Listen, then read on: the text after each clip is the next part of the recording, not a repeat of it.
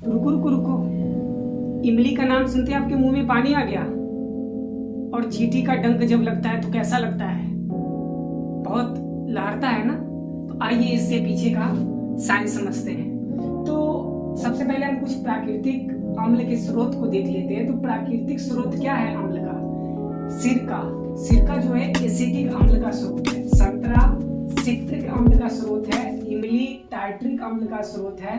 टमाटर ऑक्सैलिक अम्ल का स्रोत है। दही लैक्टिक अम्ल का स्रोत है। नींबू सिट्रिक अम्ल का स्रोत है।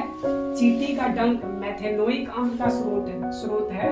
और नेटल का डंक मेथेनोइक अम्ल। नेटल खाने का मतलब है बिच्छू बूटी। बिच्छू बूटी का जो पौधा होता है ना, उसी को नेटल कहा गया है, जो हमारे बगीचे में होता है और सड़ जाता है तो बहुत लहरता है, चींटी के डंक जैसा लगता है।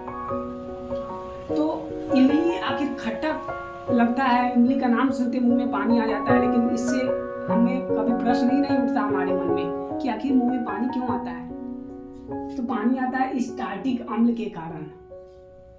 इस इमली में जो टार्ट्रिक अम्ल है, इसी के कारण हमारे मुंह में पानी आता है।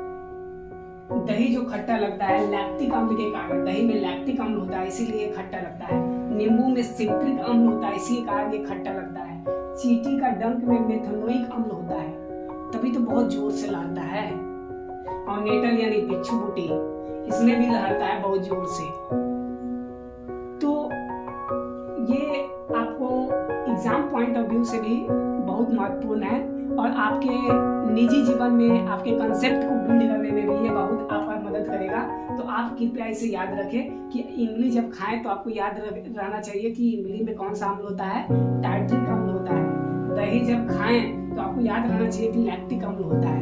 ठीक, जब चींटी का डंक लगे तो आपको याद रहना चाहिए मेथेनोइक अम्ल होता है। और जब मेथेनोइक अम्ल से बचना हो तो डॉग पौधा का जो पत्ता होता है उसके रस का उपयोग किया जाता है। या नेटल का डंक जब भी लग जाए, यानी बिच्छू बूटी का डंक लग जाए, तो मेथेनोइक अम्ल का डॉग पौधा का जो लीफ होता है उससे रस निकाल कर क्या कीजिए, उस पर लगा लीजिए, तो उससे क्या हो जाएगा, ठीक हो जाएगा। तो आई होप कि ये वीडियो आपको अच्छा लगा हो। धन्यवाद।